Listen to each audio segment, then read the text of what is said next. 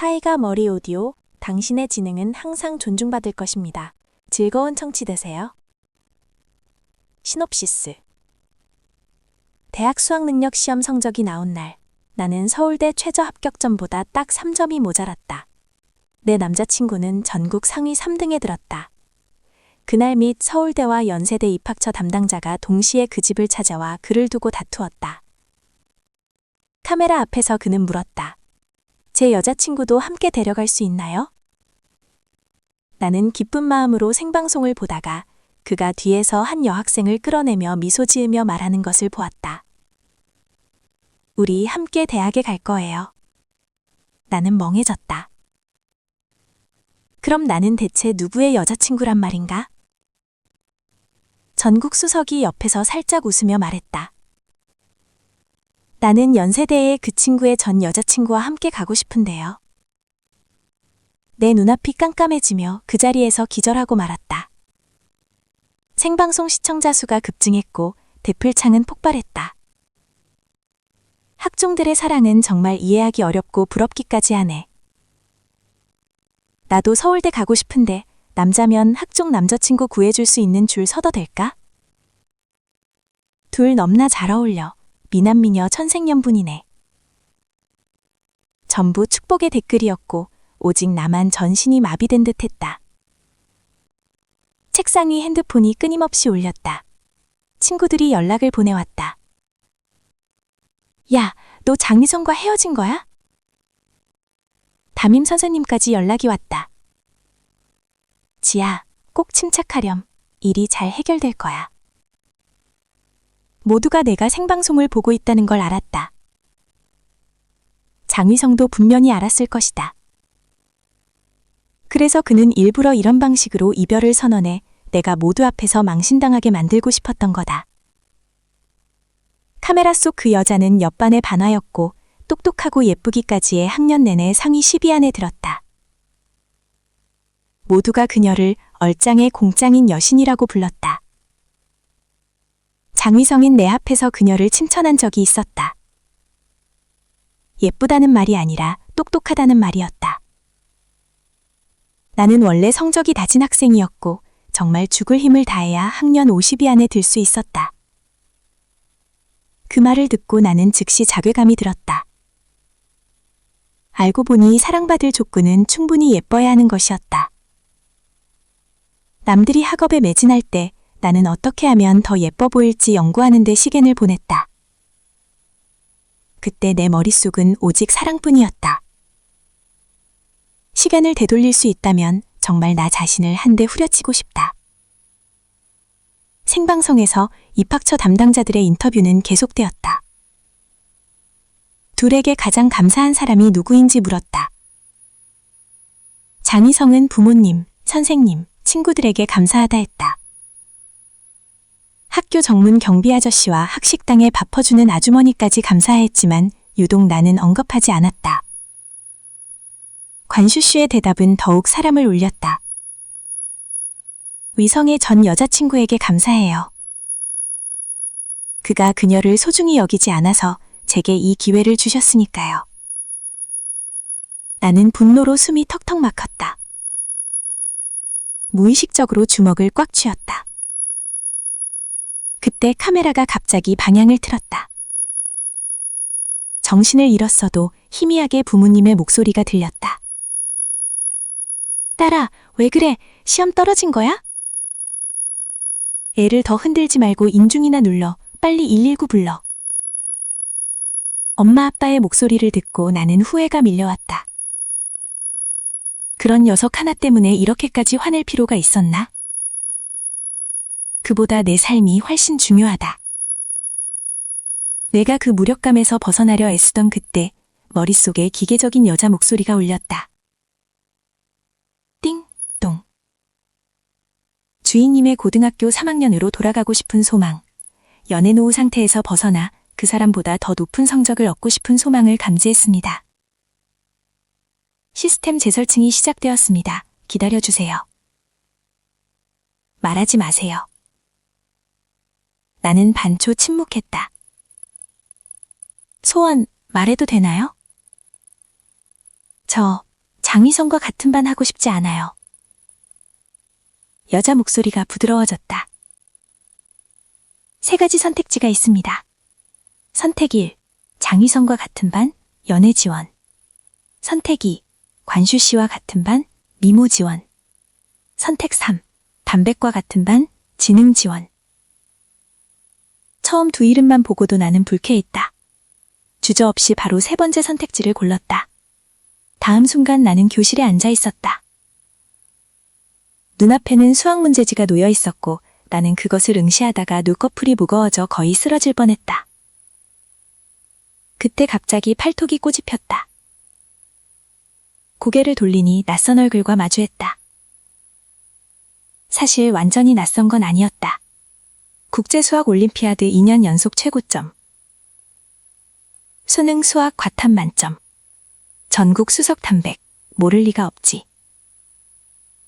나는 눈살을 찌푸렸다. 왜 꼬집어요? 담백이 가볍게 눈을 가늘게 뜨며 말했다. 네가 그렇게 부탁했으니까. 예? 나는 그를 믿을 수 없다는 듯이 눈을 크게 떴다. 담백은 태연하게 고개를 돌려 필통에서 포스트잇을 꺼내 내 손에 놓았다. 의심스럽게 펼쳐보니 거기엔 이렇게 쓰여 있었다. 같은 반 친구야. 내가 자는 것 같으면 한 대 꼬집어줘. 봐주지 말고. 나는 돌멩이야. 정말 미치겠다. 고마워. 말을 마치고 나는 문제지로 다시 고개를 돌렸다. 이때로 돌아왔으니 꼭 열심히 공부해서 그 전 남친을 이겨야겠다. 띵, 똥. 담백과 같은 반이 되신 것을 축하합니다. 시스템이 지능 흡수 모드를 활성화했습니다. 학종과의 상호작용이 많을수록 지능 흡수 능력이 높아집니다. 좋은 성적 거두시길 바랍니다. 나는 속으로 물었다. 지능 흡수라니 흡혈귀 같은 느낌이네. 시스템이 대답했다. 뭐, 비슷해요. 나는 살짝 망설였다. 그럼 이건 부정행위 아닌가요? 시스템이 답했다. 흡수입니다. 빨아들이는 게 아니에요. 상대방의 지능에 해를 끼치지 않아요. 나는 안도의 한숨을 쉬었다. 그럼 괜찮네. 고마워 시스. 그냥 시스라고 불러. 마음속으로 기쁨을 느끼며 고개를 숙여 다시 문제지를 보았지만 볼수록 막막해졌다. 글씨는 아름다웠지만 나는 전혀 이해할 수 없었다. 골치 아파 어쩔 줄 몰라 하던 그때 귀에 또렷한 목소리가 들려왔다. 지아야, 네가 내 시험지를 들고 있구나. 그래서 내가 찾질 못했네. 나는 허둥지둥 문제지를 접어 두 손으로 돌려주었다. 담백은 미소 지으며 그의 시선이 내게 머무르자 나는 약간 부끄러워졌다. 이 문제 좀 어렵지? 응, 그렇지. 그런 무미간조한 대답에 나는 화가 났다. 입술을 깨물며 원망 섞인 눈빛으로 그를 바라보았다. 정말 때리고 싶었지만 상대는 전국 수석이었다. 담백은 시험지를 받아들고 살짝 웃으며 말했다. 내가 설명해 줄까? 나는 천천히 고개를 끄덕였다. 대신 설명 시작해 주세요. 그가 입꼬리를 올리며 펜을 꺼내 하얀 종이에 문제를 다시 풀기 시작했다. 역시 학신이다. 몇 줄 안 되어 내 머릿속에 복잡한 실타래가 모두 풀렸다. 나는 그 풀이가 적힌 메모지를 보물처럼 들고 그를 흠모하는 눈빛으로 바라보았다. 앞으로도 같이 공부해도 될까요? 담백이 눈살을 찌푸렸다. 네 남자친구가 질투 안 할까? 예? 제가 아직 남자친구가 있다고요? 담백은 묵묵히 고개를 돌렸고 표정이 차가워졌다. 그때 누가 나를 불렀다. 지아, 장희성이 너 찾아. 그제서야 깨달았다. 나와 장희성은 아직 헤어지지도 않았던 거다. 내가 담백이 35페이지를 펴고 마지막 문제를 풀기 시작하는 것을 보자마자 책상을 탁 치며 벌떡 일어섰다. 학신님, 저 잠깐만요. 헤어지고 올게요. 장희성이 문 앞에 서 있었다. 손에는 아침 식사 봉투를 들고 있었는데 겉보기엔 멀쩡했지만 본질은 여전히 추악한 놈이었다. 그를 개에 비유하는 것도 개에게 실례일 정도였다. 나는 달려들어 그를 때리고 싶었지만 때린다고 해서 뭐가 달라지겠는가. 오히려 징계를 받을 뿐이다. 그는 그럴 가치도 없었다. 나는 얼굴을 굳히고 냉랭하게 말했다. 안 먹어. 파냄새 나. 장희성은 눈을 부라리며 입을 열기도 전에 내가 끊었다. 헤어져. 그는 화가 난 듯 깊게 숨을 들이쉬었다. 내가 또 뭐 잘못했는데? 나는 돌아서며 말했다. 공부에 집중하고 싶어. 그가 내 손을 잡았다. 그건 이유가 안 돼. 진짜 이유를 듣고 싶어. 지아야. 나는 손을 빼냈다. 사람 사이엔 순간이 중요해. 너무 오래 붙어 있으면 질리잖아. 그가 갑자기 목소리를 높였다. 너 나한테 고백한 지 일주일밖에 안 됐어. 나는 냉랭하게 그를 흘겨보며 팔짱을 끼고 문에 기대었다. 질렸어. 알겠어? 그는 화가 나서 얼굴이 빨개졌다. 찐빵을 내 손에 쥐어주고는 그대로 떠나버렸다. 나는 곧장 자리로 돌아가 찐빵을 담백에게 건넸다. 학식님, 찐빵 드릴게요. 그가 눈썹을 치켜 올리며 흘깃보더니 말했다. 나는 파 알레르기 있어. 나는 서둘러 찐빵을 쓰레기통에 던져버리고 그에게 멍청한 미소를 지었다. 저도 그래요. 정말 우연이네요. 담백은 참지 못하고 웃음을 터뜨렸다. 그는 턱을 괴고 게으르게 나를 바라보았다. 헤어지는데 그렇게 오래 걸려? 예? 오래 걸렸어요? 그는 벽에 걸린 시계를 흘끗 보며 담담하게 말했다. 2분이나 걸렸어. 이면 대형 문제 하나 풀 시간이지. 죄책감이 밀려왔다. 나는 서둘러 책을 펴고 문제를 풀며 속으로 다짐했다. 시간은 돈이고 생명이다. 감히 내 시간을 빼앗으려는 자가 있다면 나는 목숨을 걸고 맞서겠다. 하지만 아무리 결심이 굳건해도 나는 오전 수업 3, 4시간 내내 졸음과 싸워야 했다. 이 무력감을 누가 알겠는가? 담백도 더 이상 나를 꼬집지 않았다. 내가 스스로를 꼬집어도 소용없었다. 오후 2번째 수업, 나는 또 선생님에게 깨웠다. 흐릿한 꿈속에서 나는 화가 나서 책상에 머리를 찧었다. 탁, 탁, 탁. 연속 3번, 반 전체가 깜짝 놀랐다. 선생님은 내가 이상해졌다고 생각한 듯 당황하여 달려와 나를 붙잡았다. 내 눈앞이 아찔했고 울면서 말했다. 선생님, 저 전국 수석하고 싶어요. 정신을 잃었다. 깨어났을 때 나는 학교 근처 보건소에 누워 있었다. 선생님 말로는 내가 39도 고열에 시달렸다고 한다. 작은 숯덩이처럼 달아올라 만지면 손이 데일 정도였다. 지금은 열이 내렸고 링거도 거의 다 떨어져 가고 있었다. 나는 감개무량했다. 내 목숨 참 질기다. 선생님이 떠나자 시스템이 목소리를 냈다. 공부에 너무 무리하지 마. 나는 속삭였다. 난 서울대 가고 싶어. 시스템이 말했다.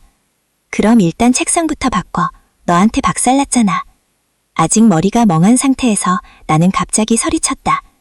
전 서울대 갈 거야. 주사실이 순식간에 고요해졌고 몇 초 후 웃음소리가 터져나왔다. 화이팅 학생! 모두가 일제히 응원해 주었다. 나는 얼굴이 빨개져 한 사람 한 사람 고개 숙여 인사했다.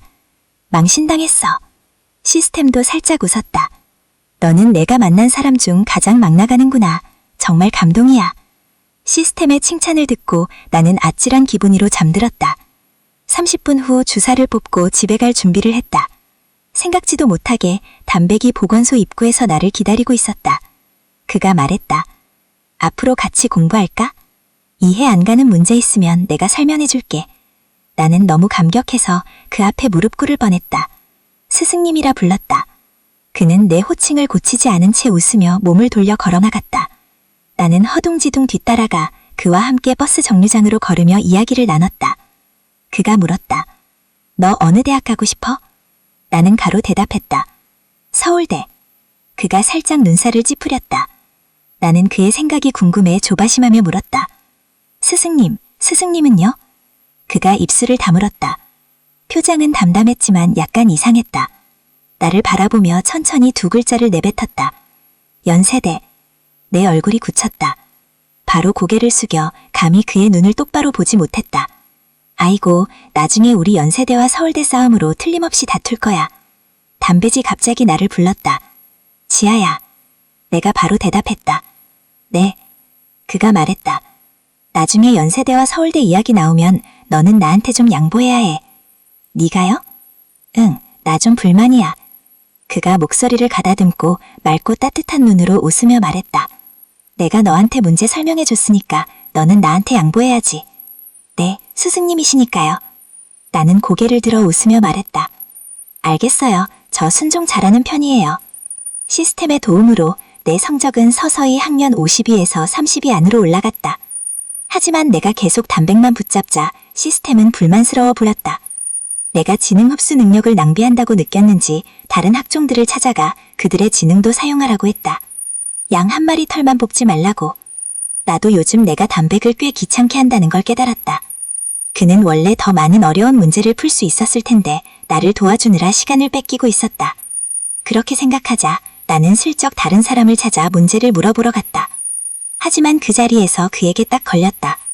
그의 의혹과 탐색이 섞인 시선을 마주하자 나는 겁에 질려 심장이 두근거렸다.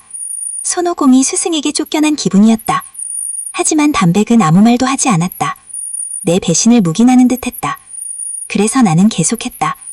다른 학종들과 소통하는 건 정말 머리가 아팠다. 어떤 사람은 교활했다. 나한테 펜 빌려주면 설명해줄게. 나는 펜 3자루를 빌려줬지만 풀이 방법은 복잡했고 결과는 간단했다. 흡수한 지능은 60점. 어떤 사람은 장난기가 많았다. 나한테 오빠라고 부르면 설명해줄게. 나는 억지로 2마디를 불렀다.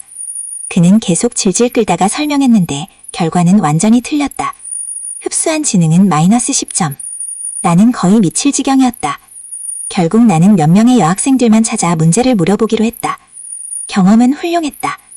유일한 문제는 여자들끼리의 대화 주제가 너무 많아 이야기하다 보면 금방 딴소리로 빠져 시간을 많이 낭비한다는 것이었다. 사회적 교리로 인해 피곤하고 돈도 많이 들고 스트레스도 받아 나는 뻔뻔하게 다시 담백을 찾아갔다. 그도 사양하지 않았다. 반 친구들과 선생님들 앞에서 나를 놀리며 말했다. 반역한 제자가 돌아왔구나. 나는 반성의 의미로 시험지 3장을 바쳤다. 담백이 나를 용서해 주었다. 다른 사람 찾지 마. 네. 그들은 모르는 거 있으면 결국 나한테 오거든. 나는 완전히 말문이 막혔다. 결국 내가 한 바퀴 뛴 건 헛수고였던 거다. 화가 나서 시스템을 불렀다. 시스, 다 네가 꾸민 꼼수야. 알아, 내가 화난다는 거. 하지만 욕하는 건 좀 심했어. 너? 욕한 적 없는데? 방금 소리 지른 거 다 들었어. 미안. 다음 날 나는 내 필통에 새 펜 3자루가 들어있는 것을 발견했다. 누가 넣어둔 건지 몰랐다. 잠자는 시간을 제외하면 담백의 거의 모든 시간이 내게 점령당했다. 주말이면 나는 항상 그의 집 아래에서 기다렸다가 함께 도서관에 가서 공부했다. 그의 어머니는 자주 그에게 나에게 과자나 과일을 가져오라고 시켰고 나는 무척이나 부끄러웠다. 스승님은 뭐 좋아하세요? 다음에 제가 가져올게요. 괜찮아, 네가 먹어. 오늘 도서관 입구에 도착하자마자 우리는 장의성과 관슈슈를 마주쳤다. 내 머릿속에 갑자기 노래 한 소절이 스쳤다. 다음에 만나면 얼굴 빨개지지 말고 눈 빨개지면 안 될까? 장의성의 얼굴빛이 굳었고 그의 눈에는 불꽃이 타오르며 나를 힐끗 보았다. 이게 네가 헤어지겠다는 이유야? 나는 대답할 가치도 느끼지 못한 채 그냥 안으로 들어갔다. 생각지도 못하게 그들 둘이 따라와 공부방까지 들어왔고 장의성은 바로 모욕적인 말을 내게 퍼부었다. 지아, 너 정말 별걸 다 하네. 담배까지 붙잡았어? 나는 그를 노려보며 말했다. 눈곱이나 좀 닫고 말해. 관슈슈가 비꼬는 말투로 말했다. 그냥 충성스러운 강아지일 뿐이지 사람 붙잡고 떨어지지를 않으니 창피하지도 않나? 마지막 4글자를 그녀는 힘주어 말했다. 나는 냉소를 지으며 그녀를 바라보았다. 관슈슈, 너 솔직한 건 알겠는데 입으로 방귀 뀌지 마. 여긴 도서관이지 공중화장실이 아니야. 그녀의 얼굴이 빨개졌다. 말을 잇지 못했다. 장의성이 바로 그녀를 대신하여 개처럼 으르렁거리며 말했다. 지아, 넌 사람 장난 정말 잘 친다. 나는 담담하게 웃으며 말했다. 너보다는 못해. 한 대의 여분 타이어 수십 개 달고 다니는 놈. 관슈슈, 너 정말 좋은 차가 타이어 수십 개 달고 다니는 거 본 적 있어?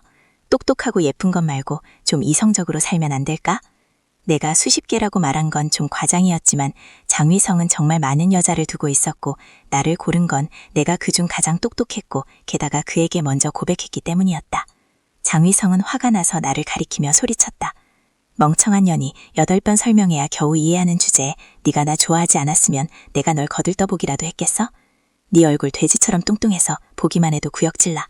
담백이 갑자기 앞으로 나서 내 앞을 가로막았다. 장위성을 바라보며 낮고 분노 가득한 목소리로 말했다. 네가 불량배처럼 보이는데 112 불러야 하나? 장위성이 고함쳤다. 꺼져, 네가 뭔데? 담백은 바로 말 한마디 없이 장위성의 옷깃을 잡아 키 178cm의 그를 밖으로 끌고 나가 경비원에게 넘겼다. 둘 다 공부방에서 쫓겨났다. 나는 책상 옆에 서서 고개를 숙인 채 구두코만 바라보았다. 가슴이 쿵쿵 뛰었다. 내 감정이 어쩌다 그가 나를 공격하는 무기가 되고 내 인생의 가장 큰 어점이 되었을까? 수능 전에도 그랬고 수능 후에도 달라진 게 없다. 담백이 돌아왔을 때 그는 내 앞에 서서 나의 머리를 가볍게 쓰다듬었다.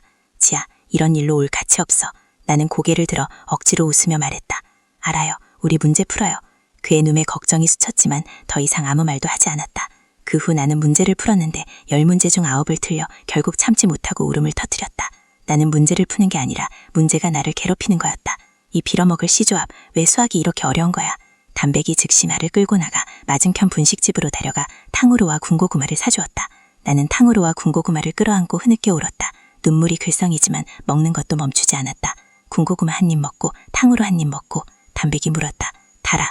나는 고개를 끄덕였다. 달아요. 담백이 그만 오라? 응. 그가 말했다. 그럼 다시 문제 풀자. 나는 탕후루를 깨물며 억울한데 그를 바라보았다. 담백이 웃었다. 농담이야. 더 이상 널 울게 하지 않을게. 역시 좋은 사람이야. 나는 입술을 삐죽 내밀며 그를 바라보며 말했다. 담백, 너 알겠어? 평소엔 차갑지만 사실 꽤 귀엽다.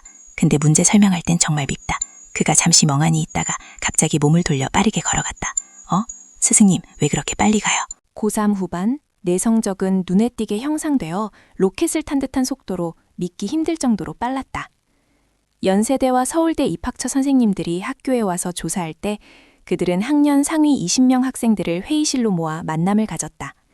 주로 우리의 지원 희망을 묻는 자리였다.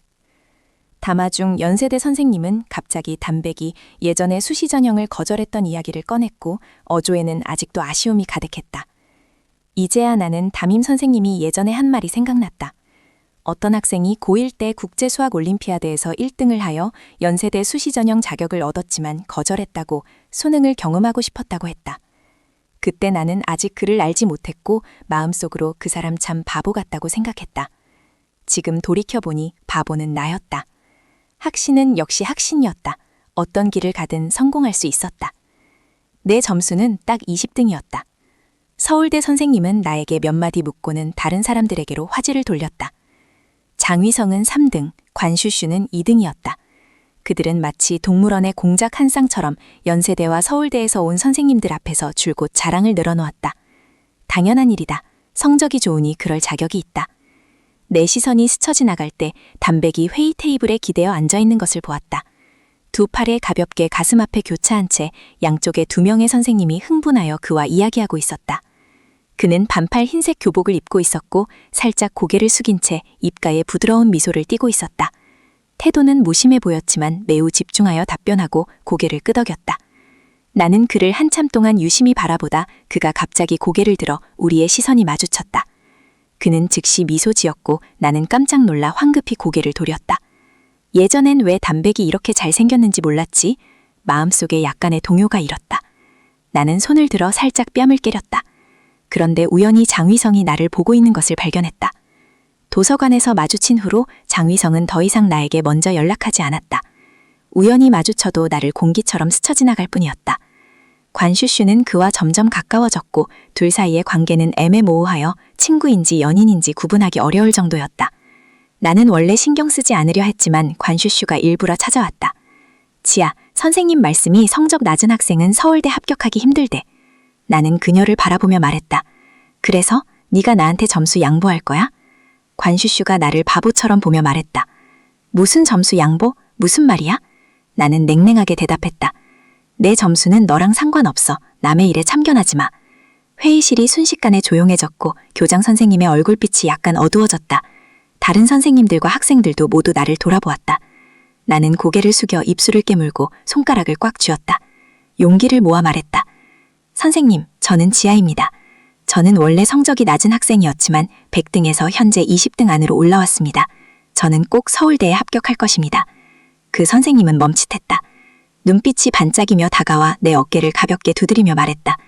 선생님이 널 믿는다, 지아. 좋은 결과를 얻길 바란다. 그 말을 듣고 나는 눈물이 날 뻔했다. 담백도 다가왔다. 나도 너를 믿어. 네가 모르는 문제는 다 내가 설명해 준 거니까. 서울대 선생님이 깨달은 듯 웃으며 말했다. 아, 담씨의 제자였구나. 그럼 문제 없어. 지아, 실력을 보여줘. 연세대 선생님도 다가왔다. 지아, 우리 연세대도 고려해봐. 나는 눈가를 훔쳤다. 네. 담백은 내 옆에 서서 거대한 나무처럼 바람과 비를 막아주었다.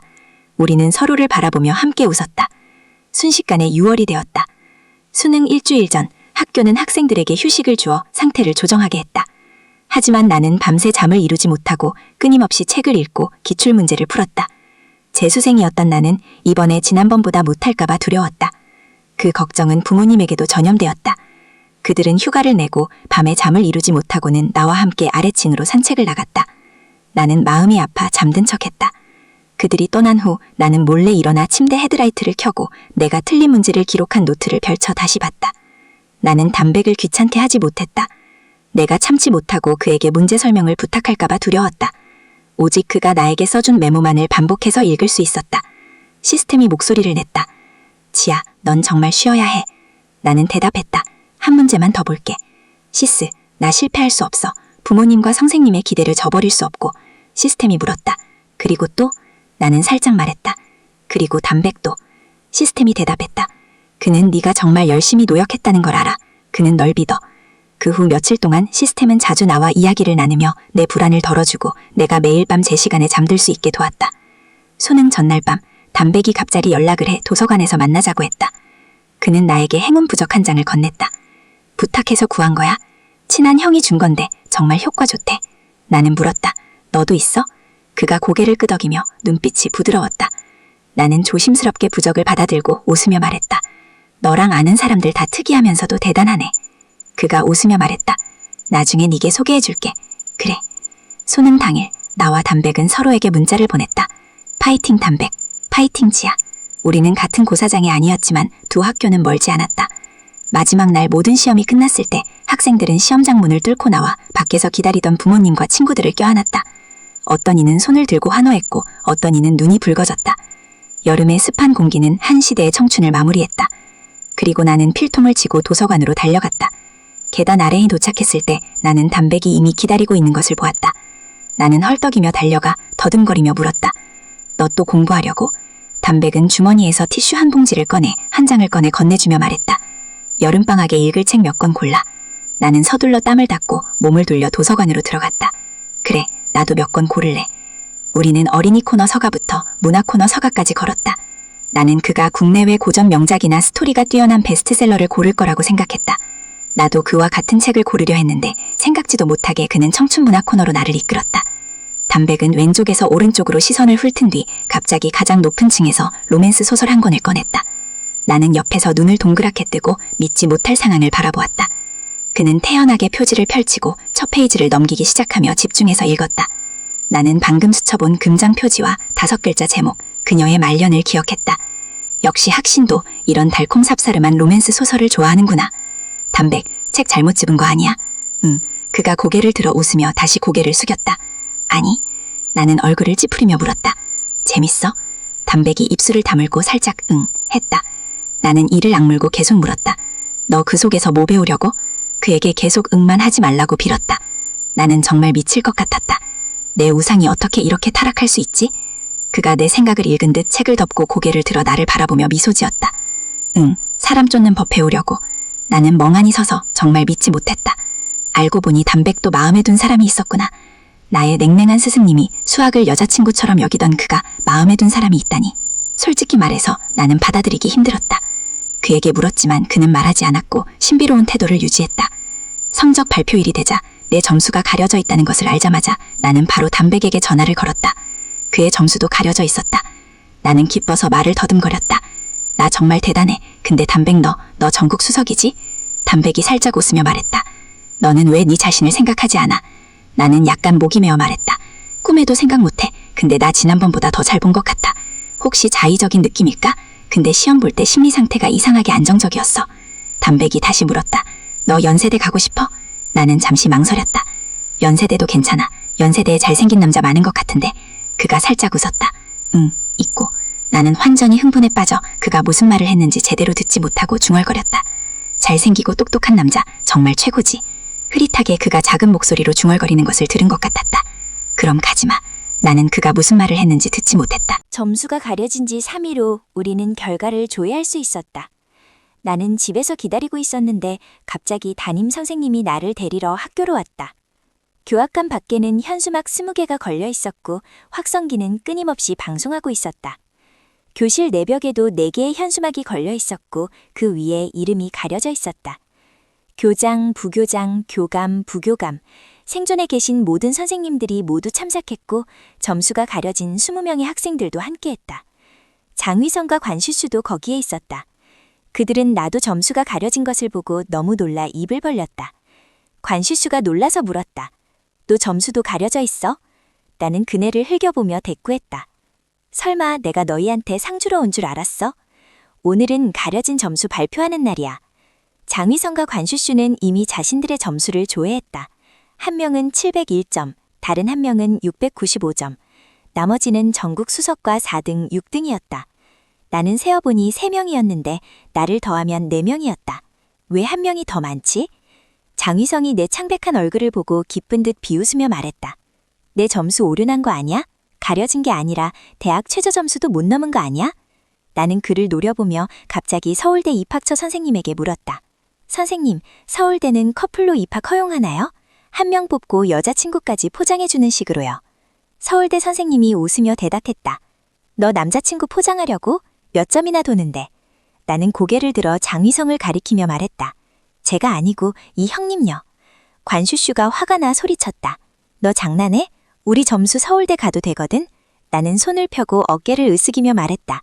장난이야. 여신님 화 안 났죠? 나의 여신님이라는 말에 관슈슈는 말문이 막혀 나를 노려보았다. 그때 담임 선생님이 갑자기 나와 담백 그리고 4등, 6등을 교단으로 불렀다. 교장 선생님이 휴대폰을 들고 우리의 점수를 발표하기 시작했다. 전국 6등, 연문 712점, 전국 4등, 이소룡 715점. 이 말이 끝나자마자 열렬한 박수 소리가 터져나왔다. 선생님들이 꽃을 주며 축하하고 포옹했다. 나는 더욱 긴장되어 심장이 망치질하는 것처럼 점점 빨라졌다. 이제 남은 건 전국 수석뿐이었다. 그건 오직 담백뿐일 것이다. 설마 정말 장휘성 말대로 이건 단순한 오류인가? 그렇다면 정말 망신당할 거야. 내가 불안해서 교실을 뛰쳐나가려는 그 순간 교장 선생님이 갑자기 발표했다. 지하 담백 학생을 축하합니다. 두 분 모두 721점으로 전국 공동수석입니다. 나는 아직 반응하지도 못했는데 담임 선생님이 달려와 나를 꽉 껴안으며 감격스럽게 소리쳤다. 지아, 너 정말 선생님을 깜짝 놀라게 했구나. 너는 우리 삼중고와 자랑이야. 내 머릿속이 텅 비었다. 본능적으로 고개를 돌려 담백을 찾았다. 목소리가 떨렸다. 나머지 한 명은? 담백이 나를 바라보며 눈빛이 확고했다. 당연히 나지. 다음은 생방송 인터뷰였다. 담백은 자신의 희망을 솔직하게 밝혔다. 연세대 갈 거예요. 나도 주저하지 않았다. 저는 서울대 갈 거예요. 그가 갑자기 고개를 기울여 나에게 물었다. 나랑 같이 연세대 안 갈래? 나는 팔꿈치로 그를 살짝 찌르며 작은 목소리로 말했다. 저 문과 좋아하거든요. 그가 다시 고개를 더 낮추어 내 어조를 따라하며 말했다. 서울대도 나쁘지 않아. 나는 신나서 물었다. 너도 가고 싶어? 그의 대답을 듣기도 전에 연세대 입학처 선생님들이 둘러싸며 말했다. 담백, 마음 바꾸면 안 돼. 여기 녹화 중이야. 맞아. 이공계 가려면 연세대 가야지. 서울대 가지 마. 그래. 서울대 가면 길 잃기 쉬워. 연애도 멀지 않아. 나는 웃음을 터뜨렸다. 계속 그에게 속삭였다. 그렇어? 서울대 명륜동 스케이트장 한 번에 5,000원인데 연세대는 2만 원이래. 연세대 선생님이 바로 주머니에서 카드를 꺼냈다. 우리가 다 부담해. 평생 부담해. 나는 너무 웃어서 생방송 화면에까지 비쳤고 담백의 손목을 꽉 잡은 손이 멈추지 않고 떨렸다. 담백이 손을 들어 내 머리를 쓰다듬더니 거의 무너질 것 같은 선생님들을 돌아보며 무척이나 부드럽게 웃었다. 감사합니다 선생님. 마음 바꾸지 않을게요. 안심하세요. 나도 따라 말했다. 맞아요. 연세대 선생님들은 동시에 안도의 한숨을 내쉬었다. 간신히 수석 한 명을 잃을 뻔했다. 우리는 서로를 돌아보며 미소 지었고 화면의 댓글창은 다시 폭발했다. 돌 빨리 커플 되라. 더는 못 참겠어. 축의금 미리 모을게. 내 생각엔 돌 이미 사귀는 것 같은데 아니면 왜 이렇게 달콤해? 남녀 공동수석, 게다가 남잘여애. 누가 참을 수 있겠어? 촬영 기사가 갑자기 카메라 앵글을 돌리며 기침 소리를 내며 상기시켰다. 연세대, 서울대, 거리 좀 두세요. 인터뷰가 끝난 후 나와 담백이 함께 떠나는데 갑자기 장휘성이 쫓아와서 자기는 이별에 동의하지 않는다고 말했다. 에이, 형님, 장난해? 반응이 10년 느린 사람도 형님보다는 빠를 거야. 나는 그를 신경 쓰지도 않고 오히려 적극적으로 담백의 손을 잡고 장휘성에게 말했다. 넌 아무것도 아니야. 학교에서 꽤 멀리 떨어진 곳에 도착했을 때 나는 서둘러 담백의 손을 놓았다. 스승님, 방금 손 좀 빌렸어요. 괜찮으시죠? 담백이 눈썹을 치켜 올리며 손을 주머니에 넣고 가볍게 말했다. 그럼 나도 내게 한 가지 빌려야겠네. 뭘요? 안 와도 돼? 내가 아직 반응하지도 못했는데 그는 이미 두 팔을 벌려 나를 꽉 껴안았다. 그가 내 귀에 속삭였다. 축하해, 지아야. 나는 대답했다. 축하해. 그날 학교 운동장의 바람은 조금 뜨거웠다. 너무 뜨거워서 마치 가슴속에 횃불이 타오르는 듯했고 격렬하게 타오른 후 상대방 마음에 은은한 온기를 남겼다. 우리의 생방송 인터뷰는 유명세를 타며 수백만 개의 좋아요와 수만 개의 댓글을 기록했다. 축하의 물결 속에 갑자기 매우 부적절한 댓글이 나타났다. 나를 고발하는 글이 함께 올라왔다. 이 여자애 전남친 이용해서 학년 50등 안에 들더니 뒤돌아서 버리고 학신 붙잡았다. 남자 홀리는 실력 진짜 대단하네. 그 게시물 댓글에는 많은 사람들이 의견을 표명했다. 학신 이미 여자친구 있어. 내 사랑 빼앗겼어. 위에 분, 진짜야? 어떻게 네가 학신 여자친구라는 거 증명해? 학신도 바람 피우나? 남친 차면 어때? 결혼도 안 했는데 참견할 일도 아니지. 여론이 빠르게 확산되었고 내 집 주소도 유출되었다. 밖에 나갈 때마다 기자들이 카메라를 들고 찾아와 인터뷰를 요구했다. 나는 겁에 질려 집으로 도망쳐 며칠 동안 밖에 나가지 못했다. 인터넷에는 나를 욕하는 사람이 많았다. 그 후 담백은 전화로 인터뷰에 응했다. 저는 여자친구가 없습니다. 계속 허위 사실을 유포하면 고소하겠습니다. 우리 담임 선생님도 나서서 해명했다. 누구도 사실을 제대로 모르는 사람이 좋은 학생을 비방하는 것을 허용하지 않겠습니다. 저는 지아의 담임 선생님입니다. 저보다 그녀를 더 잘 아는 사람은 없습니다. 제 학생에 대한 비방과 네트워크 공격을 중단해주세요. 그 후 나도 기자를 찾아 인터뷰에 응했다. 카메라 앞에서 나는 침착하게 카메라 뒤에 숨은 수많은 눈빛을 바라보았다. 저는 한때 성적이 낮은 학생이었습니다. 뛰어난 사람을 동경해 더 뛰어나고 싶었지만 제 감정은 존중받지 못해 스스로를 의심하게 되고 거의 제 자신을 잃을 뻔했습니다. 하지만 저는 곧 자신을 사랑하는 것이 가장 중요하다는 걸 깨달았습니다. 사적인 감정보다 제가 걸어온 길에 대한 감정을 공유하고 싶습니다. 저는 종종 미래가 안개 속에 있는 것 같지만 눈앞에 짙은 안개가 가득해도 안개가 걷히면 저를 기다리는 아름다운 경치가 있을 거라고 믿습니다. 인생에는 너무 늦은 시작이 결코 없고 오직 성급한 끝과 후회만 있을 뿐입니다. 용감하게 첫걸음을 내디뎌야 두 번째 걸음과 미래에 더 많은 걸음을 내디딜 수 있습니다. 항상 용감하게 앞으로 나아가세요. 비가 그친 후 무지개가 나타날 테니까요. 사회자가 갑자기 물었다. 성적이 낮은 학생에서 수석이 되기까지 당신에게 지름길은 없었나요? 나는 잠시 멈칫했다. 시스템이 갑자기 튀어나와 욕했다. 바보야, 그 질문 대답하지 마. 나는 잠시 생각하더니 대답했다. 제 인생에는 지름길이 있었습니다. 시스템이 소리쳤다. 경보음이 시끄럽게 울렸다. 지아, 말하지 마. 넌 말하면 안 돼. 나는 위로했다. 시스, 걱정 마.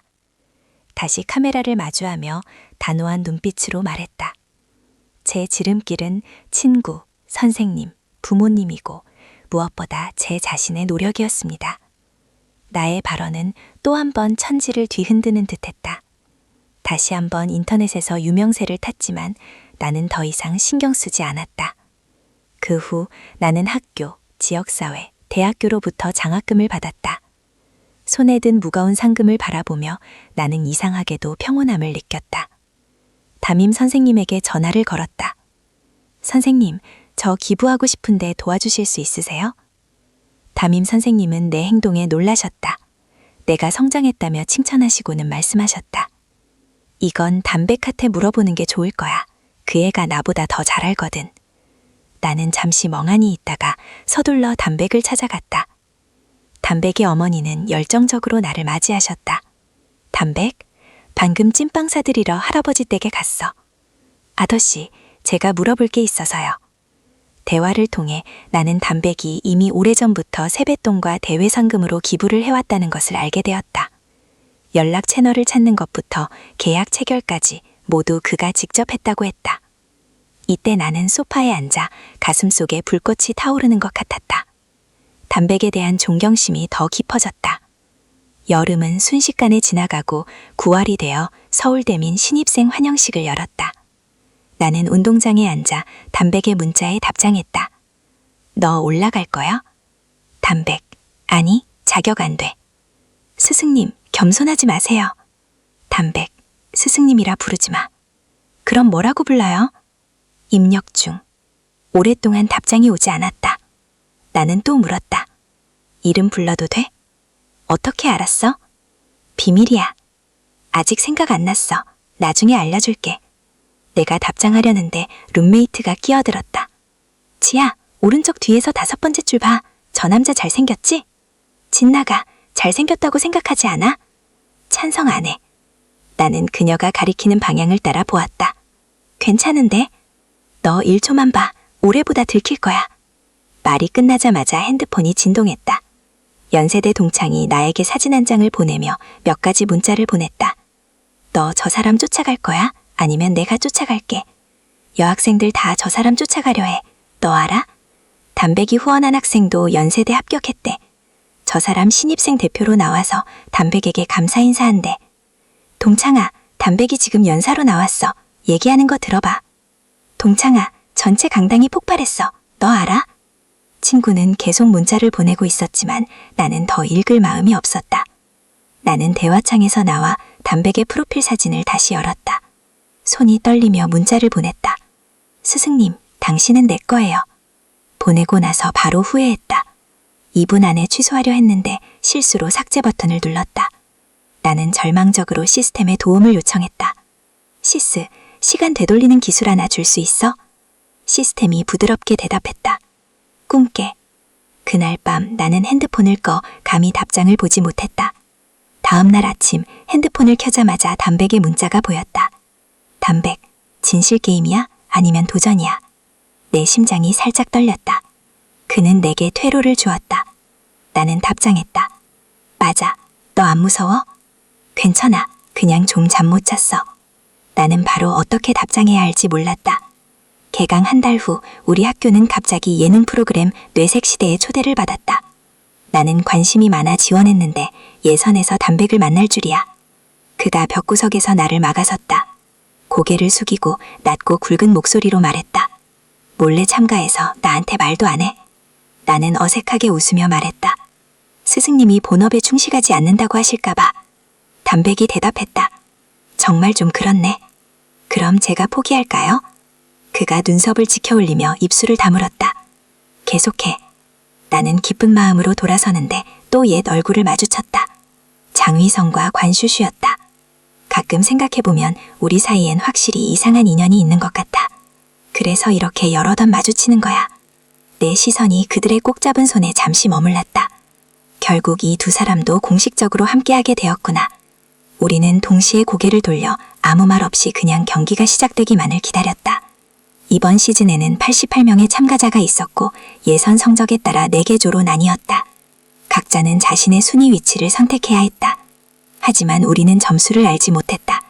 이건 완전히 자기 인식 능력에 대한 도전이었다. 나는 궁금해서 담백에게 물었다. 너 1초 1등 할 거지? 3조? 나는 놀랐다. 너 어떻게 알았어? 거의 맞아. 그가 반문했다. 너는? 나는 입술을 내밀며 말했다. 아래에서 3번째. 그가 고개를 숙여 웃으며 말했다. 인식이 그렇게 명확해? 나는 그의 귀에 가까이 다가가 속삭였다. 정상급 학신들 앞에서 똑똑해야 해. 말이 끝나자마자 담백이 살짝 떨며 고개를 돌려 나를 바라보았다. 그의 눈에 약간의 당황이 스쳤다. 너도 정상이야. 나는 그의 빨개진 귀를 바라보며 갑자기 그가 지금 수줍은 소년 같아 살짝만 건드려도 부끄러워할 것 같다는 생각이 들었다. 그때 확성기에서 담백의 이름이 불렸다. 그가 빠르게 일어섰다. 나 먼저 갈게. 말을 마치고 떠났다. 나는 너무 신나서 바다 표범같이 박수를 쳤다. 옆에서 다른 사람들의 속삭임이 들렸다. 저거 담백이야. 수능 전국 수석. 와, 진짜 잘생겼다. 너 못 봤어? 여름 내내 인터넷에서 화제였는데. 나는 몰랐어. 나 청소년 못 했어. 대박이다. 얼마 지나지 않아 나도 녹화장에 들어가 아래에서 3번째 위치를 선택했다. 모든 참가자가 선택을 마치자 사회자가 점수 발표를 시작했다. 이건 긴장되고 약간 부끄러운 순간이었다. 만약 선택한 위치가 실제 순위와 비슷하다면 당신은 자신을 잘 알고 있는 것이다. 반대로 너무 차이가 크면 매우 난처해질 것이다. 다행히 대부분의 사람들이 꽤 비슷하게 선택했다. 사실 예선 점수가 전부를 말해주는 건 아니다. 왜냐하면 여기서 모든 것은 새롭게 시작되기 때문이다. 나를 놀라게 한 것은 관슈슈의 점수가 장희성보다 높다는 것이었다. 그녀는 담백과 함께 1조에 들어갔고 나와 장희성은 4조로 떨어졌다. 이번 시즌은 하위조 탈락제를 적용하여 지능 순위표를 설정했다. 매 경기에서 참가자는 점수를 누적할 수 있고 최종 상위 6명이 지능원 결승전에 진출한다. 첫 경기는 빨리 시작되었다. 3D 퍼즐 맞추기였다. 속도가 빠를수록 순위표 오를 기회가 커진다. 완료 순서에 따라 참가자는 차례로 2조, 3조로 올라간다. 4조에 있는 사람들은 모두 탈락한다. 나와 다른 여성 참가자는 동점 최하위였다. 프로그램은 우리에게 추가 경기를 마련해 주었다. 카메라가 장희성에게 스치자 그는 갑자기 말했다. 내 생각엔 지아가 질 거야. 그애 원래 성적 나쁜 학생이었어. 서울대 합격한 것도 운 좋은 거지. 나는 그 장면을 보지 못했지만 시스템이 나에게 전해주었다. 나의 손과 눈은 바빴지만 그런 비하 발언을 듣자 무의식적으로 멈추었고 손에 들고 있던 소도구가 떨어졌다. 나는 서둘러 주워들고 시스템을 꾸짖었다. 너 나오지 말았어야지. 내 마음을 흔들어 놨어. 시스템이 대답했다. 남 그냥 널 응원하고 싶었어. 나는 쓴웃음을 지으며 말했다. 너 분명히 압박을 더하려는 거지. 나 거의 질 뻔했어. 시스템이 안정시키며 말했다. 침착해. 나쁜 사람은 자연히 처벌받을 거야. 시스템이 덧붙였다. 넌 수석이야. 학신이 가르친 제자야. 지아야. 그 후 시스템은 딩동 소리를 내며 꺼졌다. 나는 빠르게 정신을 가다듬고 경기에 집중했고 결국 먼저 제출 버튼을 눌렀다. 즉시 사방에서 박수 소리가 터져나왔다. 사회자가 흥분하여 소리쳤다. 대각, 축하합니다. 참가자 지아, 첫 번째 경기를 완수하셨습니다.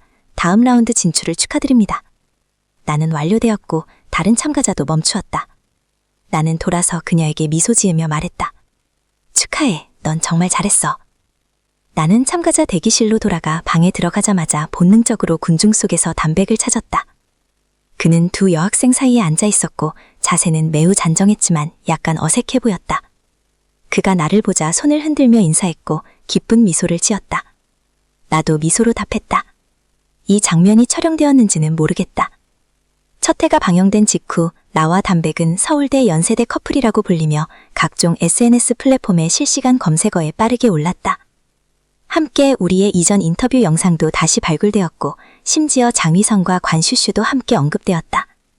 뭐든지 엮을 수 있네. 해가 될 뿐이야. 예능 프로그램의 효과를 논할 때 사람들은 IQ에 대해 말하다가도 얼굴에 주목한다. 얼굴이 나오면 다시 IQ를 무시한다. 내가 본 일부 네티즌 댓글은 정말 IQ와 얼굴 중 하나만 선택할 수 있었다. 관슈슈 진짜 예쁘다. IQ도 높고 얼굴도 예뻐. 근데 그녀 남친은 별로야. 게다가 사방에 추파 던지기 좋아하고. 가장 잘생긴 남자는 연세대 담백이야. 저 얼굴로 대학 가는 겁이더? 근데 옷 스타일 완전 공대생 스타일이네. 내 생각엔 관슈슈랑 담백이 더 어울려. 다른 건 둘째치고 얼굴만 봐도 잘 어울린다. 관슈슈 불쌍해. 남친 저거 물귀신 같네. 관슈슈가 지아보다 훨씬 예뻐. 지아가 더 예뻐. 내가 담백과 서울대 구내식당에서 줄 서서 밥을 받을 때 돌아보니 그가 계속 핸드폰을 두드리고 있었다. 무슨 일이야? 누구랑 싸우고 있어? 네티즌이랑 맹인도 있어. 그가 핸드폰을 주머니에 넣고 내 손에서 밥을 받아 자리를 찾으러 갔다. 나만 멍하니 서 있었다. 전에는 로맨스 소설 읽더니 이제는 네티즌이랑 싸우는 법까지 배웠네. 내 학신, 너무 현실에 가까워질 필요는 없어. 본선이 진행될수록 참가자 수는 점점 줄어들었고 시험 문제의 난이도도 점점 높아졌다. 나는 50명 중 36명을 뽑는 경기에서 아쉽게 탈락했고 그 후로는 그저 관중석에서 담백의 다음 경기를 지켜보는 일만 남았다. 개인전에서 경기는 듀오 협력 모드로 바뀌었고 참가자들 사이에 완벽한 호흡을 요구했다. 이전 라운드에서 담백의 순위가 낮았기 때문에 그는 선택받아야 하는 입장이었다. 순위표 1위였던 장희성은 바로 담백을 팀원으로 선택했다. 그때 무대 위 4명의 게스트가 모두 놀랐다. 장희성이 담백 같은 순위가 낮은 사람을 선택할 줄을 몰랐던 것이다. 한 남자 배우가 말했다. 장희성이 좀 약자를 괴롭히는 것 같다고. 왜냐하면 만약 담백이 이 경기에서 지면 바로 탈락하기 때문이었다. 장휘성은 아랑곳해하지 않고 단호히 담백을 자신의 파트너로 선택했다. 담백에게는 두 가지 선택지가 있었다. 수락하거나 거절하는 것. 수락합니다. 담백이 말했다.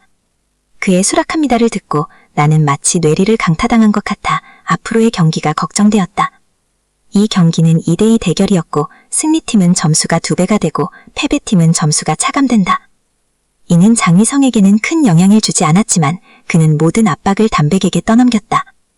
경기가 시작되었을 때 담백은 흰색 셔츠에 검은색 긴 바지를 입고 차분하게 무대에 올랐다.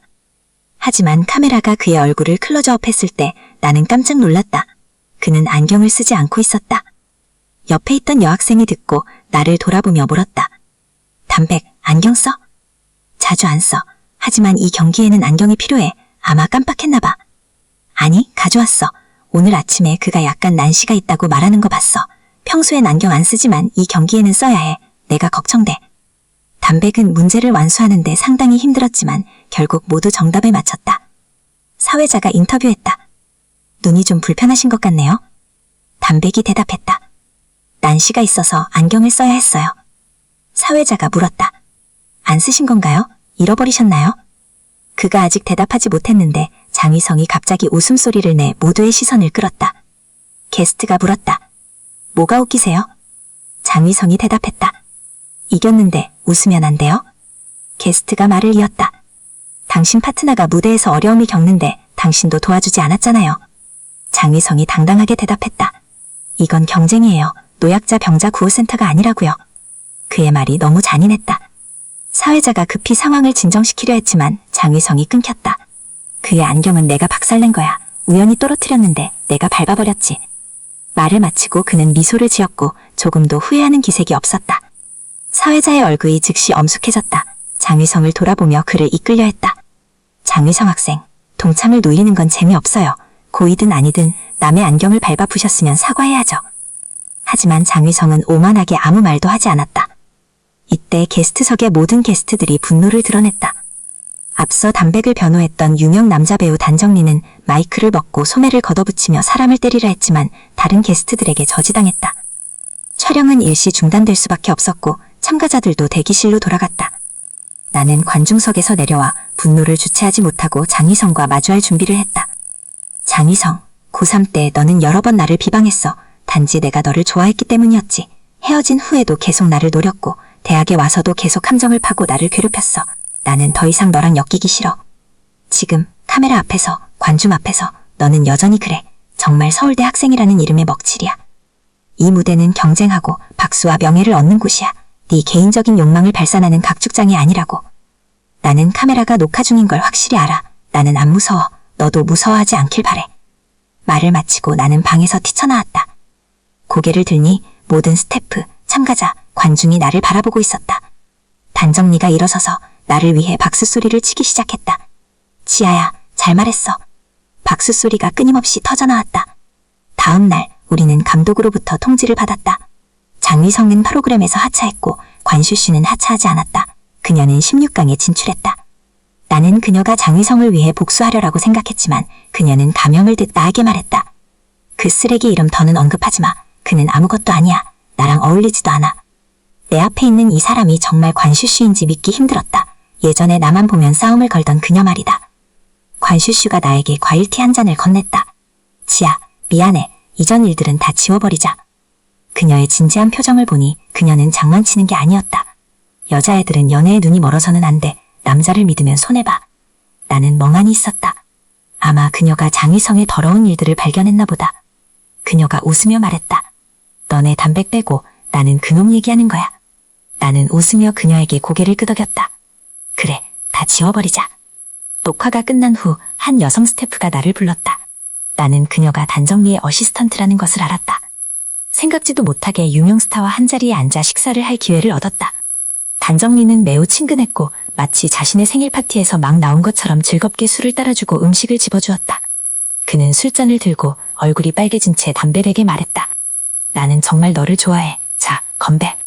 나는 너무 놀라 턱이 떨어질 뻔했고 돌아서 담백을 보니 그의 얼굴도 약간 창백했다.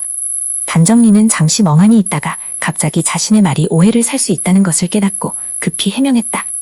내 말은 친구로서 좋아한다는 거야. 친구가 많으면 길이 많아지는 법이지. 그냥 그런 뜻이야. 담백은 천천히 술잔을 들어 그와 가볍게 부딪혔다. 나는 그들을 바라보며 갑자기 중얼이겼다. 너 혹시 그에게 암묵적인 기칙 쓰려는 거 아니지? 단정리와 담백. 참. 단정리가 말했다. 지야, 난 너랑 남자 다툴 생각 없어. 담백, 안심해. 식당을 나와 담백은 함께 지하철을 타고 학교로 돌아갔다. 지하철은 사람이 많아 우리는 서 있어야 했다. 나는 지하철문에 기대해 헤드폰을 보다가 단정리가 방금 게시글을 학교 정문에 도착했을 때 우리는 얼굴이 빨개진 채 서 있었다. 담백이 갑자기 나에게 물었다. 지아야, 너는 머릿속에 있는 시스템을 뭐라고 불러? 나는 천천히 눈을 크게 떴다. 너 말이? 담백이 나를 바라보며 살짝 웃었다. 나도 있어. 나는 정신을 잃은 상태로 기숙사로 걸어갔다. 여러 번 불렀지만 시스템이 느릿느릿 나타났다. 시스, 담백도 시스템이 있어? 그가 너한테 말했어? 내가 아직 아무 말도 하지 않았는데 그녀가 짜증난 듯 중얼거리는 것을 들었다. 이 남자들 정말 비밀 지킬 줄 모르네. 나는 물었다. 왜 그에게 시스템이 있는 거야? 시스템이 대답했다. 이건 말할 수 없어. 그가 직접 너한테 말해주지 않는 한. 나는 화가 났다. 너 나한테 비밀이 있어? 시스템이 급히 해명했다. 아니야, 지아야, 내 말 들어. 난 너의 시스템이야. 담백인 그냥 관찰자일 뿐이야. 참가자가 아니라. 무슨 뜻이야? 그는 그냥 NPC야.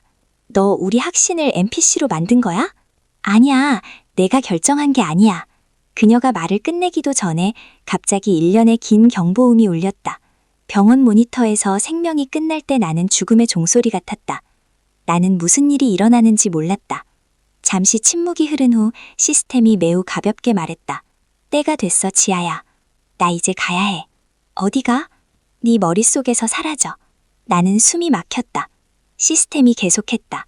1년 동안 너와 함께해서 정말 즐거웠어. 이제 너도 서울대 갔으니 나도 떠나 다음 약속으로 가야지.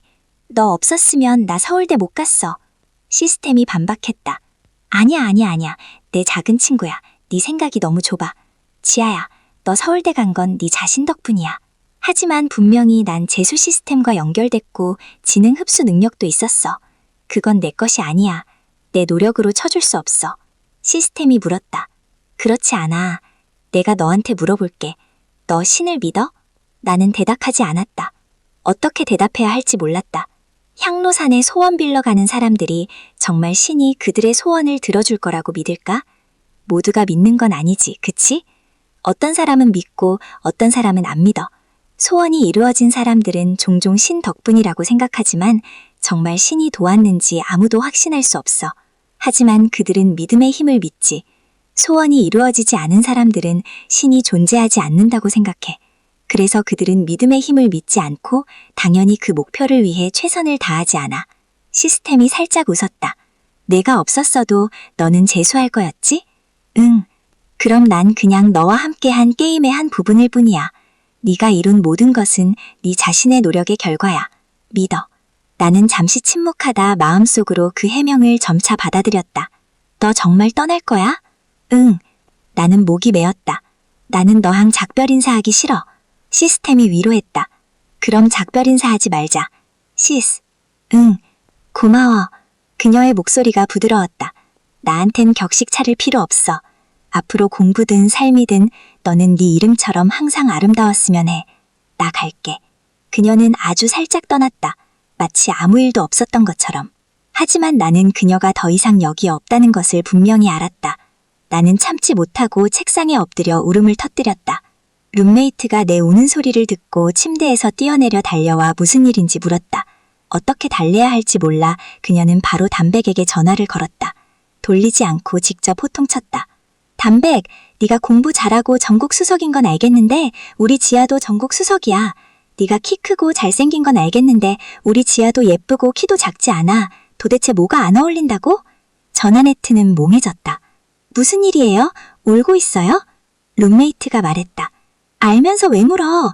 담백이 잠시 침묵하더니 말했다. 전화기 그녀한테 줄 수 있어요? 룸메이트가 전화기를 내 옆에 놓고 내 머리를 쓰다듬어주며 밖으로 나갔다. 담백의 목소리가 들렸다. 지아야, 그녀 떠났어? 응, 더 울지 마. 너 나 있잖아. 시스가 떠난 후 나는 며칠 동안 우울했다. 그때 담백은 8강전에 진출할 준비를 하고 있었다. 나는 두 룸메이트와 함께 그를 응원하러 갔다. 경기가 시작되기 전 그는 관중석으로 걸어와 나에게 편지 한 장을 건넸다. 왼쪽 룸메이트가 소리쳤다. 와, 돌이 이렇게 로맨틱할 필요 없어. 편지까지 써? 오른쪽 룸메이트가 호기심에 물었다.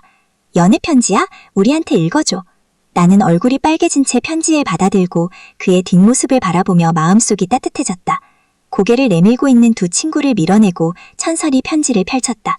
첫 번째 줄이 내 눈에 들어왔다. 지아와의 기적 같은 여정.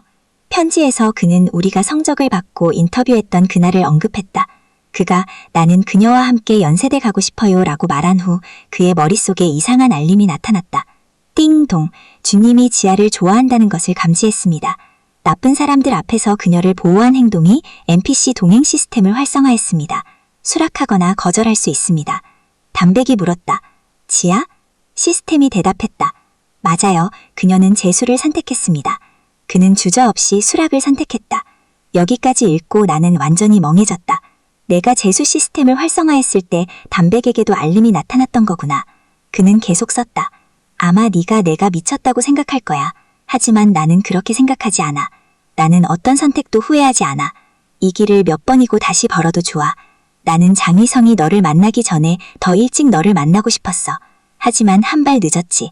그때 너는 아직 그와 헤어지지도 않고 나는 좀 화났지만 감히 표현하지 못했어.